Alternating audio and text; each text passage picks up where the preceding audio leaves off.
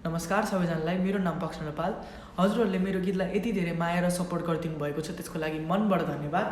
र अबको मेरो अर्को सङ चाहिँ यो चाहिँ हल्का स्याड छैन, त्यसैले हजुरहरूलाई कस्तो लाग्छ त्यो मलाई भनिदिनु होला। म अहिले गाएर नै सुनाइदिन्छु र हजुरहरूको रिस्पोन्स अनुसार म यो सङमा काम गर्छु। सङ चाहिँ यस्तो रहेको छ। सम्झिँदै बसेको छु